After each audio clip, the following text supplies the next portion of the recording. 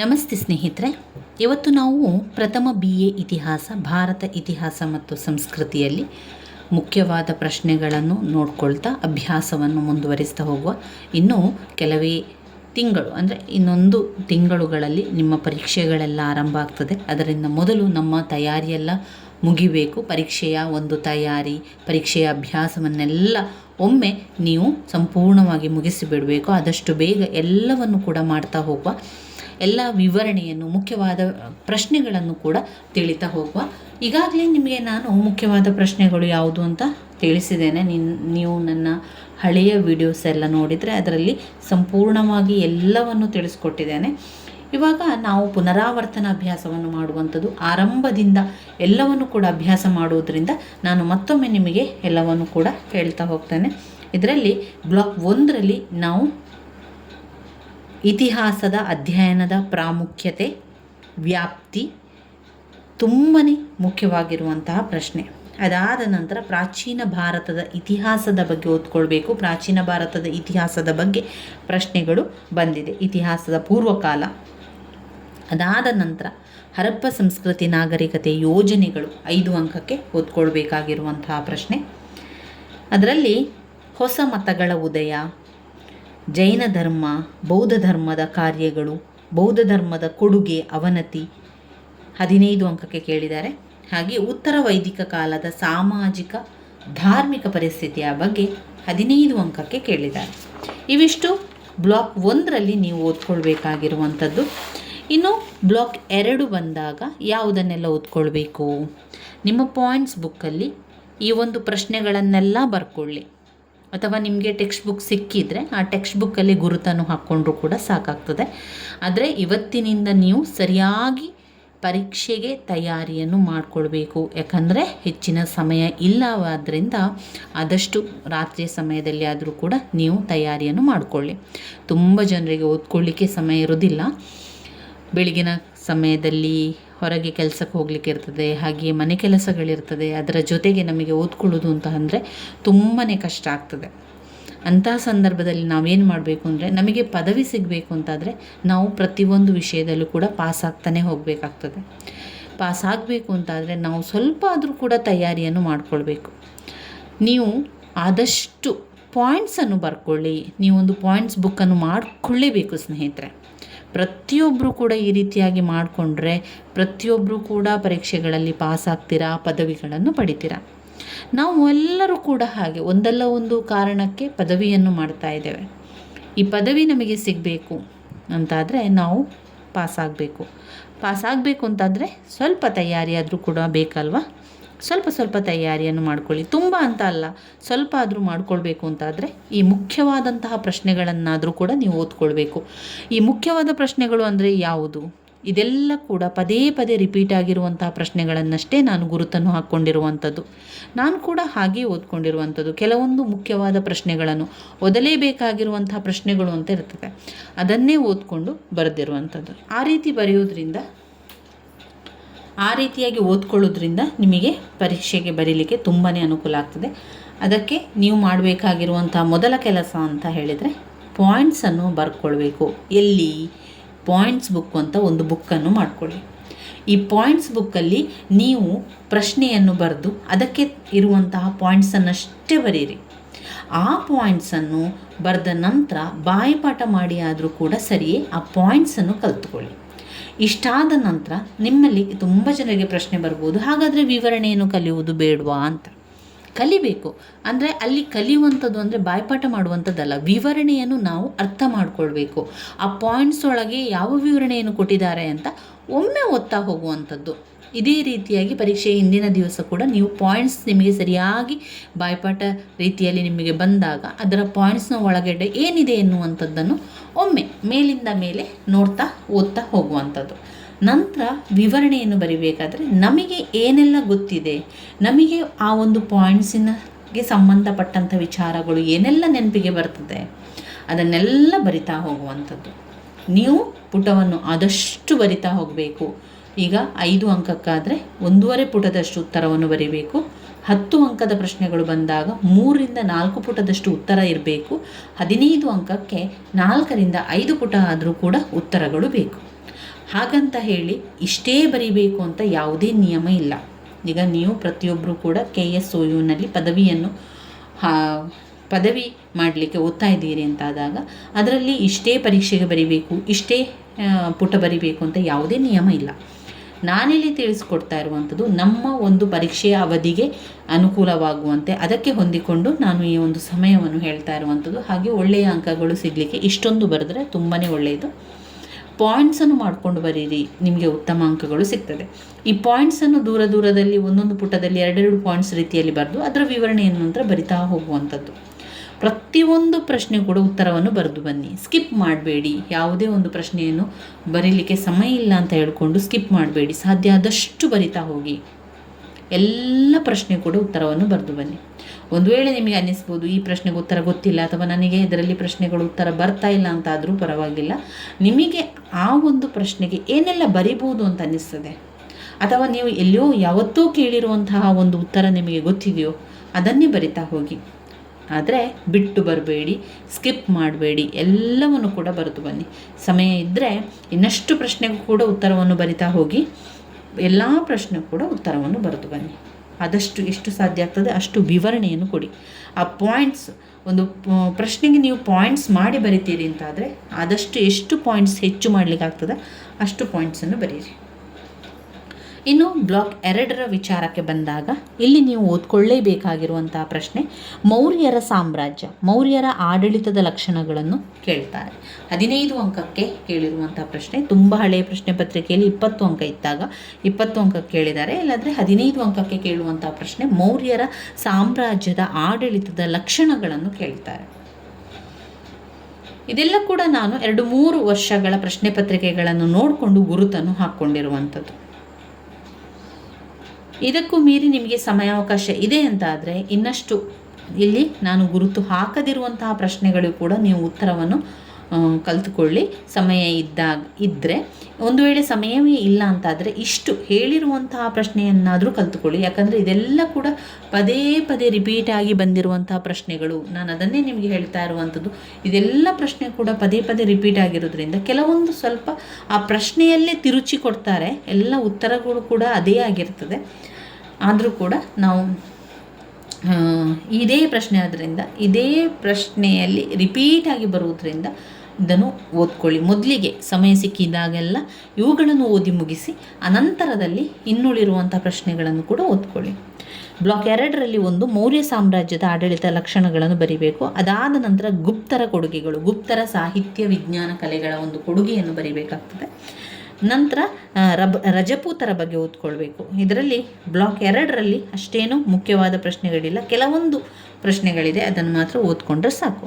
ಇನ್ನು ಬ್ಲಾಕ್ 3 ಅಂತ ಬಂದಾಗ ಅದರಲ್ಲಿ ಓದ್ಕೊಳ್ಬೇಕಾಗಿರುವಂಥದ್ದು ಸಂಗಮ್ ಯುಗದ ಬಗ್ಗೆ 5 ಅಂಕಕ್ಕೆ ಹಲವು ಬಾರಿ ಕೇಳಿದ್ದಾರೆ. ನಂತರ ಚೋಳರ ಸಂಕ್ಷಿಪ್ತ ಇತಿಹಾಸ, ಚೋಳರ ಬಗ್ಗೆ, ಚೋಳರ ಆಡಳಿತದ ಬಗ್ಗೆ, ಚೋಳರ ರೀತಿ ನೀತಿಯ ಬಗ್ಗೆ ನಾವು ಬರಿತಾ ಹೋಗಬೇಕು. ಅದಾದ ನಂತರ ನಾವು ಇದರಲ್ಲಿ ಶಂಕರಾಚಾರ್ಯರು, ರಾಮಾನುಜಾಚಾರ್ಯರು, ಮಧ್ವಾಚಾರ್ಯರು, ಬಸವಣ್ಣನರ ಒಂದು ಮಾತಿನ ಬಗ್ಗೆ ಬರಿಬೇಕಾಗ್ತದೆ. ಹಲವು ಬಾರಿ ಪ್ರಶ್ನೆ ಪತ್ರಿಕೆಯಲ್ಲಿ ಕೇಳಿದ್ದಾರೆ. ವೆರಿ ಇಂಪಾರ್ಟೆಂಟ್ ಆಗಿರುವಂಥದ್ದು ಶಂಕರಾಚಾರ್ಯರು, ರಾಮಾನುಜಾಚಾರ್ಯರು, ಮಧ್ವಾಚಾರ್ಯರು, ಬಸವಣ್ಣನರು, ಇವರಲ್ಲಿ ಯಾರಾದರೂ ಒಬ್ಬರ ಬಗ್ಗೆ ನಮಗೆ ಪ್ರಶ್ನೆಗಳು ಬರ್ತದೆ. ಇದಾದ ನಂತರ ಬ್ಲಾಕ್ 4ರಲ್ಲಿ ನಾವು ಓದ್ಕೊಳ್ಬೇಕಾಗಿರುವಂಥದ್ದು ಅಲ್ಲಾವುದ್ದೀನ್ ಖಿಲ್ಜಿಯ ಸುಧಾರಣೆಗಳು. 15 ಅಂಕಕ್ಕೆ ಬರುವಂತಹ ವೆರಿ ಇಂಪಾರ್ಟೆಂಟ್ ಆಗಿರುವಂತಹ ಪ್ರಶ್ನೆ ಅಲ್ಲಾವುದ್ದೀನ್ ಖಿಲ್ಜಿಯ ಆಡಳಿತ ಸುಧಾರಣೆಗಳು, ಮಹಮ್ಮದ್ ಬಿನ್ ತುಗ್ಲಕ್ನ ಆಡಳಿತ ಸುಧಾರಣೆಗಳು, ಫಿರೋಜ್ ಶಾ ತುಗ್ಲಕ್ನ ಆಡಳಿತ ಸುಧಾರಣೆಗಳು. ಈ 3 ರಾಜರ ಆಡಳಿತ ಸುಧಾರಣೆಗಳನ್ನು ಓದ್ಕೊಳ್ಬೇಕು, ಸ್ಕಿಪ್ ಮಾಡಬೇಡಿ. ವೆರಿ ಇಂಪಾರ್ಟೆಂಟ್ ಆಗಿರುವಂತಹ ಪ್ರಶ್ನೆಯಾಗಿದೆ. ಅಲ್ಲಾವುದ್ದೀನ್ ಖಿಲ್ಜಿ, ಮಹಮ್ಮದ್ ಬಿನ್ ತುಗ್ಲಕ್ ಹಾಗೆ ಫಿರೋಜ್ ಶಾ ತುಗ್ಲಕ್ನ ಆಡಳಿತದ ಬಗ್ಗೆ. ಅದಾದ ನಂತರ ಭಕ್ತಿ ಚಳುವಳಿ ಅದರ ಭಕ್ತಿ ಚಳುವಳಿಯ ಬಗ್ಗೆ ಕೂಡ ಓದ್ಕೊಳ್ಬೇಕು. ಇವಿಷ್ಟು ಮುಖ್ಯವಾದಂತಹ ಪ್ರಶ್ನೆಗಳು. ಗುರುತನ್ನು ಹಾಕ್ಕೊಳ್ಳಿ, ಇಲ್ಲಾಂತಂದರೆ ನಿಮ್ಮ ಪಾಯಿಂಟ್ಸ್ ಬುಕ್ಕಲ್ಲೇ ಬರ್ಕೊಳ್ಳಿ. ಈಗಾಗಲೇ ನಾನು ತಿಳಿಸ್ಕೊಟ್ಟಿರುವಂಥದ್ದು ಇತಿಹಾಸದ ಅಧ್ಯಯನದ ಪ್ರಾಮುಖ್ಯತೆ. ಇಲ್ಲಿ ನೀವು ಪಾಯಿಂಟ್ಸನ್ನು ಮಾಡಿಕೊಂಡು ಬರೀಬೇಕು. ಕಳೆದ ವಿಡಿಯೋ ಅಂದರೆ ಇದರ ಬಗ್ಗೆ ನಾನು ವಿಡಿಯೋವನ್ನು ಮಾಡಿದ್ದೇನೆ, ಅದರಲ್ಲಿ ನೋಡ್ಕೊಳ್ಳಿ. ನಾನೀಗ ಪಾಯಿಂಟ್ಸನ್ನಷ್ಟೇ ನಿಮಗೆ ಹೇಳ್ತಾ ಹೋಗ್ತೇನೆ. ವಿವರಣೆಯನ್ನು ಕಳೆದ ವಿಡಿಯೋದಲ್ಲಿ ಮಾಡಿದ್ದೇನೆ, ಅದನ್ನು ನೋಡ್ಕೊಳ್ಳಿ. ಇತಿಹಾಸದ ಅಧ್ಯಯನದ ಪ್ರಾಮುಖ್ಯತೆ ಅಂತ ಬಂದಾಗ ಯಾಕೆ ನಾವು ಇತಿಹಾಸವನ್ನು ಕಲಿಬೇಕು, ಅದರ ಅಧ್ಯಯನದಿಂದ ಪ್ರಾಮುಖ್ಯತೆ ಏನಿದೆ, ಅದರ ಮಹತ್ವ ಏನಿದೆ ಎನ್ನುವಂಥದ್ದು ಒಂದು ಪ್ರಶ್ನೆಯಾಗಿದೆ. ಇತಿಹಾಸದ ಅಧ್ಯಯನದಿಂದಾಗಿ ನಮಗೆ ಅನೇಕ ರೀತಿಯ ಉಪಯೋಗಗಳಿತ್ತು, ಅನೇಕ ರೀತಿಯ ಪ್ರಾಮುಖ್ಯತೆ ಕೂಡ ಸಿಗ್ತದೆ. ಇದೆಲ್ಲ ಕೂಡ ಕಾರಣದಿಂದಾಗಿ ನಾವು ಇತಿಹಾಸದ ಅಧ್ಯಯನವನ್ನು ಮಾಡಬೇಕು. ಇತಿಹಾಸದ ಅಧ್ಯಯನದ ಪ್ರಾಮುಖ್ಯತೆಯಲ್ಲಿ ನಾವು ಇತಿಹಾಸವು ಜಾಗತಿಕ ಕಾನೂನಿನ ಅರಿವನ್ನು ಹೊರಗೆ ಬಿಚ್ಚಿಡುತ್ತದೆ. ಪಾಯಿಂಟ್ಸ್ ಬುಕ್ಕಲ್ಲಿ ಬರೀರಿ ಸ್ನೇಹಿತರೆ, ಅಥವಾ ನಿಮ್ಮ ಟೆಕ್ಸ್ಟ್ ಬುಕ್ಕಲ್ಲಿ ನೀವು ಓದ್ಕೊಳ್ತಾ ಇದ್ದೀರಿ ಅಂತಾದರೆ ಅದರಲ್ಲಿ ಗುರುತನ್ನು ಹಾಕ್ಕೊಳ್ಳಿ. ಇತಿಹಾಸದ ಅಧ್ಯಯನದ ಪ್ರಾಮುಖ್ಯತೆ ನಿಮ್ಮ ಪ್ರಶ್ನೆ ಪತ್ರಿಕೆಯಲ್ಲಿ ಇದ್ದೇ ಇರುವಂತಹ ಪ್ರಶ್ನೆ. ಪ್ರಾಮುಖ್ಯತೆಯ ಬಗ್ಗೆ ಅದು 5 ಅಂಕಕ್ಕೂ ಕೂಡ ಇರ್ಬೋದು, 10 ಅಂಕಕ್ಕೂ ಕೂಡ ಆಗಿರ್ಬೋದು, 15 ಅಂಕಕ್ಕೂ ಕೂಡ ಆಗಿರ್ಬೋದು. ಅದರಿಂದ ನಾವು ಆದಷ್ಟು ಹೆಚ್ಚು ಪಾಯಿಂಟ್ಸ್ಗಳನ್ನು ಕಲಿಯೋದ್ರಿಂದ ಆ ಒಂದು ಎಲ್ಲ ಪಾಯಿಂಟ್ಸ್ಗಳನ್ನು ಬರೆದು ನಮಗೆ ಆ ಒಂದು ಉತ್ತರ ಪತ್ರಿಕೆಯನ್ನು ತುಂಬಿಸಲಿಕ್ಕೆ ಸಾಧ್ಯ ಆಗ್ತದೆ. ಇತಿಹಾಸದ ಅಧ್ಯಯನದ ಪ್ರಾಮುಖ್ಯತೆ ಪಾಯಿಂಟ್ಸ್: 1. ಇತಿಹಾಸವು ಜಾಗತಿಕ ಕಾನೂನಿನ ಅರಿವನ್ನು ಹೊರಗೆ ಬಿಚ್ಚಿಡುತ್ತದೆ. ಜಾಗತಿಕ ಕಾನೂನಿನ ಅರಿವನ್ನು ಹೊರಗೆ ಬಿಚ್ಚಿಡುತ್ತದೆ. 2. ಮಾನವ ಇತಿಹಾಸದ ತತ್ವಗಳನ್ನು ಪೂರ್ವ ನಿರ್ಣಯಿಸುವುದು. ಮಾನವ ಇತಿಹಾಸದ ತತ್ವಗಳನ್ನು ಪೂರ್ವ ನಿರ್ಣಯಿಸುವುದು. 3. ಜಗತ್ತಿನ ವಿಶ್ವಾಸದೊಂದಿಗೆ ಮಾನವ ಇತಿಹಾಸ ಸಂವಾದವನ್ನು ಅರ್ಥ ಮಾಡಿಸುವುದು. ಜಗತ್ತಿನ ವಿಶ್ವಾಸದೊಂದಿಗೆ ಮಾನವ ಇತಿಹಾಸ ಸಂವಾದವನ್ನು ಇತಿಹಾಸ ಸಂವಾದವನ್ನು ಅರ್ಥ ಮಾಡಿಸುವುದು. 4. ಓದುಗರಿಗೆ ವೈಚಾರಿಕ ತೃಪ್ತಿಯನ್ನು ನೀಡುತ್ತದೆ. ಏನು ಮಾಡ್ತದೆ ಅದು? ಓದುಗರಿಗೆ ವೈಚಾರಿಕ ತೃಪ್ತಿಯನ್ನು ಕೊಡುತ್ತದೆ. Point number 5. ಪ್ರಸ್ತುತ ಕಾಲದ ಬಗ್ಗೆ ಉತ್ತಮ ತಿಳುವಳಿಕೆಯನ್ನು ನೀಡುತ್ತದೆ. ನಮಗೆ ಈಗ ಕಾಲದ ಬಗ್ಗೆ ನಮಗೆ ಏನು ಮಾಡ್ತದೆ? ಅದು ತಿಳುವಳಿಕೆಯನ್ನು ಕೊಡುತ್ತದೆ. ಪ್ರಸ್ತುತ ಕಾಲದ ಬಗ್ಗೆ ಉತ್ತಮ ತಿಳುವಳಿಕೆಯನ್ನು ನೀಡುತ್ತದೆ. ಭವಿಷ್ಯದ ಕಾಲದ ಬಗ್ಗೆ ಅತ್ಯುತ್ತಮ ಸಲಹೆಯನ್ನು ಕೊಡ್ತದೆ. ಭವಿಷ್ಯದ ಬಗ್ಗೆ ನಮಗೆ ಅತ್ಯುತ್ತಮ ಸಲಹೆಯನ್ನು ಕೊಡ್ತದೆ. ನಾನೀಗ ಪಾಯಿಂಟ್ಸನ್ನು ಹೇಳ್ತಾ ಇರುವಾಗ ಯಾರೆಲ್ಲ ಪಾಯಿಂಟ್ಸನ್ನು ಬರ್ಕೊಳ್ಳಿಲ್ವೋ ಈಗ ಪಾಯಿಂಟ್ಸನ್ನು ಬರ್ಕೊಳ್ಳಿ. ನಿಮ್ಮ ಒಳ್ಳೆಯದಕ್ಕೋಸ್ಕರ ನಾನು ಹೇಳ್ತಾ ಇರುವಂಥದ್ದು ನಿಮಗೆ ಪರೀಕ್ಷೆಗೆ ಅನುಕೂಲ ಆಗಲಿ. ಪರೀಕ್ಷೆಗೆ ಸಮಯದಲ್ಲಿ ತುಂಬಾ ಸುಲಭ ಆಗ್ತದೆ ಆ ಪಾಯಿಂಟ್ಸನ್ನು ನೀವು ಬರ್ಕೊಂಡ್ರೆ. ಈ ಪಾಯಿಂಟ್ಸ್ ಬುಕ್ಕಲ್ಲಿ ನಿಮ್ಮ ಈ ಪಾಯಿಂಟ್ಸನ್ನು ಬರೀರಿ. ಒಂದು ವೇಳೆ ನೀವು ಪಾಯಿಂಟ್ಸ್ ಬುಕ್ ಮಾಡ್ತಾ ಇಲ್ಲ ಅಂತಾದರೆ ಒಂದು ಶೀಟ್ ಪೇಪರನ್ನು ತಗೊಳ್ಳಿ, ಅದರಲ್ಲಿ ಇತಿಹಾಸದ ಅಧ್ಯಯನದ ಪ್ರಾಮುಖ್ಯತೆ ಅಂತ ಬರೀರಿ. ಈ ಒಂದು 10-15 ಪಾಯಿಂಟ್ಸ್ಗಳನ್ನು ಬರಿತಾ ಹೋಗಿ. ಹಾಗೆ ಬರೆದಾದ ನಂತರ 2-3 ಬಾರಿ ಪಾಯಿಂಟ್ಸನ್ನು ಅರ್ಥ ಮಾಡಿಕೊಂಡು ಬಾಯ್ಪಾಠ ಮಾಡಬೇಕು. 5. ಪ್ರಸ್ತುತ ಕಾಲದ ಬಗ್ಗೆ ಉತ್ತಮ ತಿಳುವಳಿಕೆಯನ್ನು ನೀಡುತ್ತದೆ. ಭವಿಷ್ಯದ ಕಾಲದ ಬಗ್ಗೆ ಅತ್ಯುತ್ತಮ ಸಲಹೆಯನ್ನು ಕೊಡುತ್ತದೆ. Point number 7. ಅನುಭವವನ್ನು ಹೆಚ್ಚಿಸುತ್ತದೆ. ಒಂದು ವೇಳೆ ನೀವು ಆ ಪಾಯಿಂಟ್ಸ್ಗಳನ್ನು ಅರ್ಥ ಮಾಡಿಕೊಂಡು ಕೂಡ ಕಲಿತಾ ಹೋಗ್ಬೋದು. ನೀವು ಬಾಯ್ಪಾಠ ಮಾಡಬೇಕು ಅಂತ ಏನೂ ಇಲ್ಲ, ಅರ್ಥ ಮಾಡಿಕೊಂಡ್ರೂ ಕೂಡ ಬರಿತಾ ಹೋಗ್ಬೋದು. ಆದರೆ ಯಾರಿಗೆಲ್ಲ ಓದ್ಕೊಳ್ಳಿಕ್ಕೆ ತುಂಬಾ ಕಷ್ಟ ಆಗ್ತದೆ ಅಥವಾ ಅದನ್ನೆಲ್ಲ ಅರ್ಥ ಮಾಡ್ಕೊಳ್ಳಿಕ್ಕೆ ಸಮಯ ಇಲ್ಲ, ಅರ್ಥ ಮಾಡ್ಕೊಳ್ಬೇಕು ಅಂತಾದರೆ ನಮಗೆ ಹೆಚ್ಚಿನ ಸಮಯ ಬೇಕು. ಬಾಯ್ಪಾಠ ಮಾಡುವಂಥದ್ದು ಅಂದರೆ ಅದಕ್ಕೆ ಅಷ್ಟು ಸಮಯ ಬೇಕಾಗೋದಿಲ್ಲ. ಅದನ್ನೇ ಓದಿ 2-3 ಸಲ ಹೇಳಿದರೆ ಅದು ಬರುವಂಥದ್ದು. ಅದರಿಂದ ನಿಮಗೆ ಹೇಗೆ ಅನುಕೂಲವೋ ಹಾಗೆ ಮಾಡಿ ಒಟ್ಟಿನಲ್ಲಿ ಕಲಿಯಿರಿ. ಇತಿಹಾಸದ ಅಧ್ಯಯನದ ಪ್ರಾಮುಖ್ಯತೆಯಲ್ಲಿ 7ನೇ ಪಾಯಿಂಟ್ ಅನುಭವಗಳನ್ನು ಹೆಚ್ಚಿಗೆ ಮಾಡ್ತದೆ. ನಮ್ಮ ಅನುಭವಗಳೇನಿದೆಯಲ್ಲ ಅದನ್ನೆಲ್ಲ ಹೆಚ್ಚಿಗೆ ಮಾಡುವಂತಹ ಒಂದು ಶಕ್ತಿ ಇರುವಂಥದ್ದು ಇತಿಹಾಸದ ಅಧ್ಯಯನಕ್ಕೆ. ನಮ್ಮ ಮನುಷ್ಯರ ಮತ್ತು ಸಮಾಜದ ಭವಿಷ್ಯದ ಬಗ್ಗೆ ಜನರು ಹೇಗೆ ಸ್ಪಂದಿಸುತ್ತಾರೆಂಬುದನ್ನು ಸಹ ಇತಿಹಾಸದ ಬೆಳಕು ಚೆಲ್ತದೆ. ಮನುಷ್ಯರು ಮತ್ತು ಸಮಾಜದ ಭವಿಷ್ಯದ ಬಗ್ಗೆ ಜನರು ಹೇಗೆ ಸ್ಪಂದಿಸುತ್ತಾರೆ ಎಂಬುದನ್ನು ತಿಳಿಯುವುದು ಇತಿಹಾಸದ ಬೆಳಕು ಚೆಲ್ಲುವಂಥದ್ದು. ಇನ್ನು 9ನೇ ಪಾಯಿಂಟ್ನಲ್ಲಿ ಒಬ್ಬ ವ್ಯಕ್ತಿಯು ಬುದ್ಧಿವಂತಿಕೆ ಮತ್ತು ಚಿಂತನೆಯನ್ನು ಹೆಚ್ಚಿಸುವುದರಲ್ಲಿ ಒಬ್ಬ ವ್ಯಕ್ತಿಯ ಬುದ್ಧಿವಂತಿಕೆಯನ್ನು ಹೆಚ್ಚು ಮಾಡ್ತದೆ, ಒಬ್ಬ ವ್ಯಕ್ತಿಯ ಚಿಂತನೆಯನ್ನು ಹೆಚ್ಚು ಮಾಡ್ತದೆ, ತನ್ನ ವಿವೇಚನಾಶೀಲತೆಯ ಶಕ್ತಿಯನ್ನು ಹೆಚ್ಚು ಮಾಡ್ತದೆ. ಒಬ್ಬ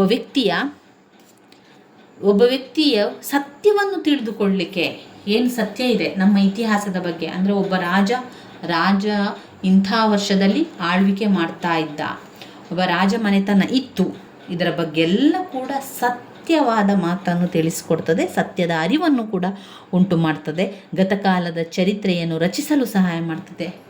ಗತಕಾಲದ ಚರಿತ್ರೆ ಏನಿದೆ ಅದನ್ನು ಮಾಡಲಿಕ್ಕೆ, ರಚಿಸಲಿಕ್ಕೆ ಸಹಾಯ ಮಾಡ್ತದೆ. ಒಳ್ಳೆಯ ತೀರ್ಮಾನ ತೆಗೆದುಕೊಳ್ಳಲಿಕ್ಕೆ ಕೂಡ ಸಹಾಯ ಮಾಡ್ತದೆ. ಏನು ಒಳ್ಳೆಯ ತೀರ್ಮಾನ ಯಾವುದಿದೆ, ಒಳ್ಳೆಯ ತೀರ್ಮಾನವನ್ನು ತೆಗೆದುಕೊಳ್ಳುವಂತಹ ಒಂದು ಶಕ್ತಿಯಾಗಲಿ, ಒಳ್ಳೆಯ ತೀರ್ಮಾನವನ್ನು ತೆಗೆದುಕೊಳ್ಳುವಂತಹ ವಿಷಯದ ಬಗ್ಗೆ ನಮಗೆ ಸಹಾಯವನ್ನು ಮಾಡುವಂಥದ್ದೇ ಇತಿಹಾಸದ ಅಧ್ಯಯನದ ಪ್ರಾಮುಖ್ಯತೆ. ಈ ಎಲ್ಲ ವಿಚಾರಗಳು ನಮಗೆ ಎಲ್ಲಿಂದ ಸಿಗ್ತದೆ ಅಂದರೆ ಇತಿಹಾಸದ ಅಧ್ಯಯನದಿಂದ. ಯಾರೆಲ್ಲ ಇತಿಹಾಸದ ಅಧ್ಯಯನವನ್ನು ಮಾಡ್ತಾ ಇದ್ದೀರೋ ಅವರಿಗೆ ಸಿಗುವಂತಹ ಮಹತ್ವ ಅಥವಾ ಅವರಿಗೆ ಸಿಗುವಂತಹ ಮುಖ್ಯ ಪ್ರಾಮುಖ್ಯತೆ ಏನು ಅಂತ ಹೇಳಿದರೆ, ಈ ಎಲ್ಲ ವಿಚಾರಗಳು ಇತಿಹಾಸದ ಅಧ್ಯಯನವನ್ನು ಮಾಡುವಂತಹ ವ್ಯಕ್ತಿಗೆ ಸಿಗುವಂಥದ್ದು. ನಮ್ಮಲ್ಲಿ ಅಷ್ಟೆಲ್ಲ ಬದಲಾವಣೆಗಳನ್ನು ಉಂಟು ಮಾಡ್ತದೆ ಇತಿಹಾಸದ ಅಧ್ಯಯನ. ಮನುಷ್ಯನ ಬದಲಾವಣೆಯನ್ನು ಉಂಟು ಮಾಡ್ತದೆ. ಇನ್ನು ಇದರಲ್ಲಿ ನೀವು ಓದಲೇಬೇಕಾಗಿರುವಂತಹ ಪ್ರಶ್ನೆ ಇತಿಹಾಸದ ವ್ಯಾಪ್ತಿ. ವೆರಿ ಇಂಪಾರ್ಟೆಂಟ್ ಆಗಿರುವಂಥದ್ದು. 5 ಅಂಕಕ್ಕೆ ಹಲವು ಬಾರಿ ಪ್ರಶ್ನೆ ಪತ್ರಿಕೆಯಲ್ಲಿ ಕೇಳಿರುವಂತಹ ಪ್ರಶ್ನೆ ಇತಿಹಾಸದ ವ್ಯಾಪ್ತಿಯ ಬಗ್ಗೆ ತಿಳಿಸಿ ಅಂತ. ಇತಿಹಾಸದ ವ್ಯಾಪ್ತಿ ಅಂತ ಬಂದಾಗ ಇದರಲ್ಲೂ ಕೂಡ ಅವರು ಪಾಯಿಂಟ್ಸ್ಗಳನ್ನು ಕೊಡಲಿಲ್ಲ. ನಾವಾಗಿ ಎಲ್ಲವನ್ನು ಕೂಡ ಪಾಯಿಂಟ್ಸನ್ನು ಮಾಡಿಕೊಂಡು ಬರ್ಕೊಂಡ್ರೆ ಅಥವಾ ಪಾಯಿಂಟ್ಸನ್ನು ಮಾಡಿಕೊಂಡ್ರೆ ನಮಗೆ ತುಂಬಾ ಸುಲಭ ಆಗ್ತದೆ ಎನ್ನುವಂಥದ್ದು. ಟೆಕ್ಸ್ಟ್ ಬುಕ್ ಇದ್ದರೆ ಟೆಕ್ಸ್ಟ್ ಬುಕ್ಕಲ್ಲಿ ಗುರುತನ್ನು ಹಾಕ್ಕೊಳ್ಳಿ, ಅಲ್ಲೇ ಓದ್ಕೊಳ್ತಾ ಹೋಗಿ. ನಿಮಗೆ ಅದಲ್ಲೇ ಓದ್ಕೊಳ್ಬೋದು ಅಂತಾದರೆ ಅದಲ್ಲೇ ಓದ್ಕೊಳ್ಳಿ. ನಾನೇನು ಮಾಡ್ತಾ ಇದ್ದೆ ಅಂದರೆ ಟೆಕ್ಸ್ಟ್ ಬುಕ್ಕಲ್ಲಿ ಗುರುತನ್ನು ಹಾಕ್ಕೊಂಡು ಅಲ್ಲಿಯೇ ಓದ್ತಾ ಇದ್ದೆ ಅಥವಾ ಅಲ್ಲಿಯೇ ಅದನ್ನು ಕಲಿತಾ ಇದ್ದೆ. ಇದು ಈಗ ಅಂದರೆ ತುಂಬ ಜನರಿಗೆ ಪುಸ್ತಕಗಳು ಸಿಗಲಿಲ್ಲ, ಅವರು ಸಾಫ್ಟ್ ಕಾಪಿಯನ್ನು ಕೊಡ್ತಾ ಇದ್ದಾರಲ್ಲ, ಸಾಫ್ಟ್ ಕಾಪಿ. ಅದರಿಂದಾಗಿ ನಮಗೆ ಜೆರಾಕ್ಸ್ ಮಾಡಿಸ್ಲಿಕ್ಕೆ ಆಗಿರ್ಬೋದು, ಅದನ್ನು ತಗೊಳ್ಳಿಕ್ಕೆ ತುಂಬಾ ಕಷ್ಟ ಆಗ್ತಾ ಇದೆ ಅಂತಾದರೆ ನೀವೇನು ಮಾಡಿ, ಪಾಯಿಂಟ್ಸ್ ಬುಕ್ಕನ್ನು ಮಾಡಿಕೊಳ್ಳಿ. ಸಂಪೂರ್ಣ ಒಂದು ನಿಮ್ಮ ಪಾಠದ, ಈಗ ಇದರಲ್ಲಿ ಇತಿಹಾಸ ಪ್ರಥಮ BA ಇತಿಹಾಸ ಅಂತ ಬರೆದು ಅದರಲ್ಲಿ ಮುಖ್ಯವಾದಂಥ ಪ್ರಶ್ನೆಗಳನ್ನು ಬರೆಯುವಂಥದ್ದು, ಅದಕ್ಕೆ ಸಂಬಂಧಪಟ್ಟಂಥ ಪಾಯಿಂಟ್ಸ್ಗಳನ್ನು ಬರೆಯುವಂಥದ್ದು, ಅದೇ ರೀತಿಯಲ್ಲಿ ಮಾಡ್ತಾ ಹೋಗಿ. ಇತಿಹಾಸದ ವ್ಯಾಪ್ತಿಯನ್ನು ನೋಡುವ. ಏನೆಲ್ಲ ವಿಚಾರಗಳನ್ನು ತಿಳಿಸ್ಕೊಡ್ತದೆ, ಏನೆಲ್ಲ ವಿಚಾರಗಳು ಇದಕ್ಕೆ ಅಗತ್ಯ, ಯಾವುದರ ವಿಷಯಗಳನ್ನು ಅದು ತಿಳ್ಕೊಳ್ಳಿಕ್ಕೆ ಇಷ್ಟಪಡ್ತದೆ, ಅದೆಲ್ಲ ಕೂಡ ಇತಿಹಾಸದ ವ್ಯಾಪ್ತಿಯಲ್ಲಿ ಬರುವಂಥದ್ದು. ಇತಿಹಾಸದ ವ್ಯಾಪ್ತಿಯು ಸಾಕಷ್ಟು ವಿಸ್ತಾರವಾಗಿದೆಯಲ್ಲದೆ ಹಲವು ಹೊಸ ವಿಷಯಗಳು ಇದರಲ್ಲಿ ಇದೆ. ಹಲವು ಹೊಸ ವಿಷಯಗಳು ಇದರಲ್ಲಿದೆ ಅಂತ ಹೇಳ್ತಾರೆ. ಇತಿಹಾಸವು ತ್ರಿಕೋನ ಅಧ್ಯಯನವನ್ನು ಒಳಗೊಂಡಿದೆ. ಇದು ಕೇವಲ ರಾಜರು, ಮಹಾರಾಜರುಗಳು, ರಾಜವಂಶಸ್ಥರುಗಳು, ಯುದ್ಧ, ದಿಗ್ವಿಜಯ ಮಾತ್ರ ಅಭಿನಯವನ್ನು ಮಾಡದೆ ಮನುಷ್ಯನಿಗೆ ಸಂಬಂಧಪಟ್ಟ ಹಲವಾರು ವಿಷಯಗಳ ಅಧ್ಯಯನವಾಗಿರುವಂಥದ್ದು. ಇತಿಹಾಸದ ವ್ಯಾಪ್ತಿಯಲ್ಲಿ ಒಂದನೇ ಪಾಯಿಂಟ್, ಒಂದು ವಾಸ್ತವಿಕ ವಿಷಯ. ಇತಿಹಾಸದ ವ್ಯಾಪ್ತಿ ಒಂದು ವಾಸ್ತವಿಕ ವಿಷಯ, ವೈಜ್ಞಾನಿಕ ಇಲ್ಲ ಕಾಲ್ಪನಿಕ ವಿಷಯ. ಇತಿಹಾಸ ಅಂತ ಬಂದಾಗ ಕೆಲವೊಮ್ಮೆ ಅದು ವೈಜ್ಞಾನಿಕ ವಿಷಯ ಆಗಿರ್ತದೆ, ಇನ್ನು ಕೆಲವೊಮ್ಮೆ ಅದು ಕಾಲ್ಪನಿಕ ವಿಷಯ ಕೂಡ ಆಗಿರ್ತದೆ. ಒಂದು ವಾಸ್ತವಿಕ ವಿಷಯ. ಇತಿಹಾಸದ ವ್ಯಾಪ್ತಿ ಎನ್ನುವಂಥದ್ದು ಒಂದು ವಾಸ್ತವಿಕ ವಿಷಯ, 2 ವೈಜ್ಞಾನಿಕವೂ ಅಲ್ಲದೆ ವೈಜ್ಞಾನಿಕ ಅಥವಾ ಕಾಲ್ಪನಿಕ ವಿಷಯ, 3 ಕಲಾತ್ಮಕ ವಿಷಯಗಳ ಅಧ್ಯಯನ. ಇತಿಹಾಸದ ಅಧ್ಯಯನದ ವ್ಯಾಪ್ತಿಯಲ್ಲಿ ಕಲಾತ್ಮಕ ವಿಷಯಗಳ ಅಧ್ಯಯನ, ಕೇವಲ ಘಟನೆಗಳನ್ನು ತಿಳಿಸುವ ವಿಷಯ. ಇತಿಹಾಸದ ವ್ಯಾಪ್ತಿ ಕೇವಲ ಘಟನೆಗಳನ್ನು ತಿಳಿಸುವಂಥ ವಿಷಯ. ಇತಿಹಾಸ ಎನ್ನುವಂಥದ್ದು ವಿಮರ್ಶನಾತ್ಮಕ. ಇತಿಹಾಸದ ವ್ಯಾಪ್ತಿ ವಿಮರ್ಶನಾತ್ಮಕವಾದ ವಿಷಯ. ಇತಿಹಾಸದ ವ್ಯಾಪ್ತಿಯು ವಿಶೇಷಣಾತ್ಮಕ ವಿಷಯ, ವಿಶ್ಲೇಷಣಾತ್ಮಕ ವಿಷಯ, ವಿಶೇಷಣಾತ್ಮಕ ವಿಷಯ ಆಗಿದೆ. ಗತಕಾಲದ ಇತಿಹಾಸದ ಮೂಲವನ್ನು ಹುಡುಕ್ತದೆ. ಗತಕಾಲದ ಇತಿಹಾಸದ ಮೂಲವನ್ನು ಹುಡುಕುವಂಥದ್ದು ಇತಿಹಾಸದ ವ್ಯಾಪ್ತಿಯಲ್ಲಿ ಬರುವಂಥದ್ದು. ವಿಜ್ಞಾನ ಮತ್ತು ತಂತ್ರಜ್ಞಾನಗಳ ಅಧ್ಯಯನ. ವಿಜ್ಞಾನ ಮತ್ತು ತಂತ್ರಜ್ಞಾನಗಳ ಅಧ್ಯಯನ, ಮಾನವನ ಸಾಮಾಜಿಕ ಜೀವನ, ರಾಜಕೀಯ ಸಾಧನೆಗಳು, ಆರ್ಥಿಕ ವ್ಯವಸ್ಥೆ, ಸಾಂಸ್ಕೃತಿಕ ವ್ಯವಸ್ಥೆ, ಸಂವಿಧಾನಾತ್ಮಕ ಅಳವಡಿಕೆ, ಇವುಗಳು ಸಹ ಇತಿಹಾಸದ ವ್ಯಾಪ್ತಿಗೆ ಒಳಪಡ್ತದೆ. ಇತಿಹಾಸವು ಸಾಮಾನ್ಯ ಮನುಷ್ಯನ ಸಾಧನೆಗಳ ಬಗ್ಗೆ ಕೂಡ ತಿಳಿಸ್ತದೆ.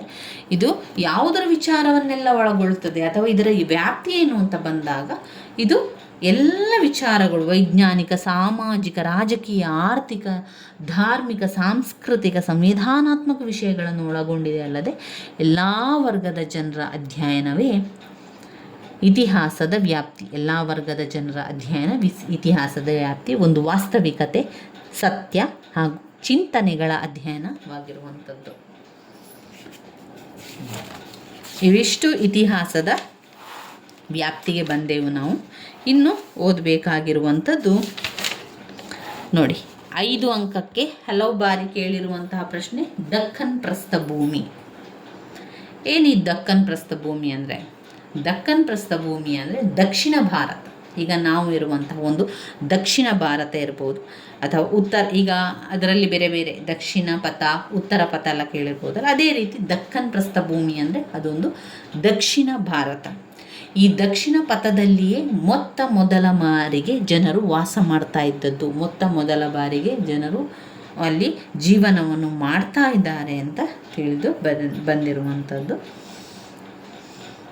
ದಕ್ಕನ್ ಪ್ರಸ್ಥಭೂಮಿ ಅಂತ ಬಂದಾಗ, ದಕ್ಕನ್ ಪ್ರಸ್ಥಭೂಮಿ ತುಂಬ ಪ್ರಾಚೀನವಾಗಿರುವಂಥದ್ದು. ಅದು ಈಗ ಸದ್ಯದಲ್ಲಿ ಬಂದಿರುವಂಥದ್ದಲ್ಲ, ಅಂದರೆ ಹಿಂದಿನ ಕಾಲದಿಂದಲೂ ಕೂಡ ಅದು ಬಂದಿರುವಂಥದ್ದು. ದಕ್ಕನ್ ಪ್ರಸ್ಥಭೂಮಿ ಎಂಬ ಪದವು ದಕ್ಷಿಣದ ಪಥ ಎಂಬ ಪದದ ಅರ್ಥದಿಂದ ಬಂದಿದೆ. ದಕ್ಕನ್ ಭೂಮಿಯು ವಿಂಧ್ಯ ಪರ್ವತ ಶ್ರೇಣಿಯ ದಕ್ಷಿಣದಿಂದ ಬಂದು ಪೂರ್ವ ದಕ್ಷಿಣ ಭಾರತದ ಪ್ರದೇಶವನ್ನು ಕೂಡ ಒಳಗೊಳ್ಳುತ್ತದೆ. ಈಗ ವಿದ್ವಾಂಸರ ಪ್ರಕಾರ ದಕ್ಕನ್ ಪ್ರಸ್ಥಭೂಮಿಯು ಹಿಮಾಲಯಕ್ಕಿಂತಲೂ ಪ್ರಾಚೀನವಾದುದು, ಹಿಮಾಲಯ ಪರ್ವತಕ್ಕಿಂತಲೂ ಪ್ರಾಚೀನವಾಗಿರುವಂಥದ್ದೇ ಈ ಒಂದು ಪ್ರಸ್ಥಭೂಮಿ, ದಕ್ಕನ್ ಪ್ರಸ್ಥಭೂಮಿ ಆಗಿರುವಂಥದ್ದು. ಅಲ್ಲದೆ ಅಲ್ಲಿ ಯಾವ ನದಿ ಹರಿತಾ ಇತ್ತು? ಸಿಂಧೂ ಗಂಗಾ ನದಿ ಬಯಲು ಪ್ರದೇಶಗಳಿಂದಲೂ ಹಳೆಯದು. ಸಿಂಧೂ ಗಂಗಾ ನದಿ ಬಯಲು ಪ್ರದೇಶಗಳಿಂದಲೂ ಹಳೆಯದಾಗಿರುವಂಥದ್ದು. ಅಲ್ಲದೆ ಈ ಪ್ರದೇಶವು ಇತರ ಎಲ್ಲ ಪ್ರದೇಶಗಳಿಗಿಂತ ಮೊದಲು ಜನವಾಸಿಸುವ ಸ್ಥಳವಾಗಿತ್ತು ಎಂಬುದಾಗಿ ಇತಿಹಾಸ ತಜ್ಞರು ತಿಳಿಸುತ್ತಾರೆ. ಇನ್ನು ಈ ದಕ್ಕನ್ ಪ್ರಸ್ಥಭೂಮಿಯಲ್ಲಿ ನಾವು ನೋಡಿದರೆ ಅನೇಕ ವಿದ್ವಾಂಸರುಗಳು ಬಂದರು, ಅನೇಕ ಋಷಿಮುನಿಗಳು ಬಂದರು. ಈಗ ಮಹಾಕಾವ್ಯಗಳಾದಂತಹ ರಾಮಾಯಣ, ಮಹಾಭಾರತಗಳಲ್ಲಿ ಬರುವ ಅಗಸ್ತ್ಯ ಮಹರ್ಷಿ ಕೂಡ ದಕ್ಷಿಣ ಭಾರತಕ್ಕೆ ಬಂದು ಪ್ರಪ್ರಥಮ ಋಷಿಗಳಲ್ಲಿ ಒಬ್ಬರೆಂದು ಅಗಸ್ತ್ಯ ಕುಲದ ವಿಚಾರವಾಗಿರುವಂಥದ್ದು. ಇನ್ನು ಅದಾದ ನಂತರ ಅವರು ಉತ್ತರ ಭಾರತ ಬೌದ್ಧ ಪ್ರಚಾರಕ್ಕಾಗಿ ಬೇರೆ ಬೇರೆ ಕಡೆಗಳಿಗೆ ಹೋಗುವಂಥದ್ದು ಕಾಣ್ಬೋದು. ಮಹಾನ್ ಆಚಾರ್ಯರಾದ ಶಂಕರಾಚಾರ್ಯರು, ರಾಮಾನುಜಾಚಾರ್ಯರು, ಮಧ್ವಾಚಾರ್ಯರು ಇವರು ದಕ್ಷಿಣದಲ್ಲಿ ಜನಿಸಿ ಉತ್ತರ ಭಾರತವನ್ನೊಳಗೊಂಡು ಇವರು ಇಡೀ ಭಾರತದಲ್ಲಿ ಜನಾನುರಾಗಿ ತಂದವಂಥವರು. ಭಕ್ತಿ ಚಳುವಳಿಯು ಜನ್ಮ ತಾಳಿದ್ದು ಎಲ್ಲಿ? ಈ ದಕ್ಷಿಣ ಭಾರತದಲ್ಲಿ ಭಕ್ತಿ ಚಳುವಳಿ ಕೂಡ ಜನ್ಮ ತಾಳ್ತದೆ. ದಕ್ಷಿಣ ಭಾರತವು ಬಹಳ ಕಾಲದವರೆಗೆ ಮುಸ್ಲಿಮರ ಆಕ್ರಮಣದಿಂದ ಹೊರತಾಗಿತ್ತು. ಹೀಗಾಗಿ ಇಲ್ಲಿಯ ಭೌಗೋಳಿಕ ಲಕ್ಷಣಗಳು ದಕ್ಷಿಣ ಭಾರತವನ್ನು ಇತರೆ ಪ್ರದೇಶಗಳಿಂದ ಏರ್ಪಡಿಸಿ ತನ್ನದೇ ಆದ ಸಂಸ್ಕೃತಿ, ಆಚಾರ, ವಿಚಾರ, ಸಾಮಾಜಿಕ, ಆರ್ಥಿಕ ಲಕ್ಷಣಗಳು ಕಾಪಾಡಿಕೊಂಡು ಬರಲು ಕಾರಣವಾಯಿತು ಅಂತ ಹೇಳ್ಬೋದು. ಇದು ದಕ್ಕನ್ ಪ್ರಸ್ಥಭೂಮಿಯ ಬಗ್ಗೆ ಆಯಿತು. ಇನ್ನು ನಾವು ಇದರಲ್ಲಿ ನೋಡುವುದಾದರೆ ಶಾಸನಗಳ ಆಧಾರಗಳು. ಈ ಶಾಸನ ಆಧಾರಗಳು ನಮಗೆ ರಾಜವಂಶಸ್ಥರು ಯಾವ ವರ್ಷದ ಮೊದಲು ರಾಜವಂಶಸ್ಥರಿದ್ದರು, ರಾಜವಂಶಸ್ಥರು ಎಷ್ಟು ವರ್ಷಗಳ ಕಾಲ ರಾಜ್ಯಭಾರವನ್ನು ಮಾಡ್ತಾಯಿದ್ರು, ಇನ್ನು ಸಂಪೂರ್ಣ ಈ ಎಲ್ಲ ವಿಚಾರಗಳನ್ನು ತಿಳಿಸುವಂಥದ್ದು ಶಾಸನ, ಅದರ ಆಧಾರಗಳೇ ಆಗಿರುವಂಥದ್ದು. ಶಾಸನಶಾಸ್ತ್ರವು ಶಾಸನಗಳ ಅಧ್ಯಯನದ ವಿಜ್ಞಾನವಾಗಿದೆ. ಪ್ರಾಚೀನ ಭಾರತದ ಇತಿಹಾಸವನ್ನು ಪುನರ್ರಚಿಸುವಲ್ಲಿ ಅತ್ಯಂತ ಹೆಚ್ಚಿನ ಗೌರವಾನ್ವಿತ ಆಧಾರವನ್ನು ಒದಗಿಸುವ ಒಂದು ಭಾಗವೇ ಶಾಸನ ಅಂತ ಹೇಳ್ಬೋದು. ಈ ಶಾಸನಗಳು ಅಂತ ಬಂದಾಗ ಮೌರ್ಯ ಸಾಮ್ರಾಜ್ಯದ ಅಶೋಕನ ಮಹಾಶಯನು ಕೆತ್ತಿದಂತಹ ಶಿಲಾಬಂಡೆ ಶಾಸನ. ಈ ಶಾಸನಗಳಲ್ಲಿ ಬೇರೆ ಬೇರೆ ಶಾಸನಗಳಿರುವಂಥದ್ದನ್ನು ಕಾಣ್ಬೋದು. ಶಿಲಾಬಂಡೆ ಶಾಸನ, ಆಮೇಲೆ ಐಹೊಳೆ ಶಾಸನ, ಸ್ತಂಭ ಶಾಸನ, ಬೇಲೂರು ದೇವಾಲಯ ಶಾಸನ, ದಾಖಲೆ ಪಂಕ್ತಿ, ಇದೆಲ್ಲ ಕೂಡ ಬರ್ತದೆ.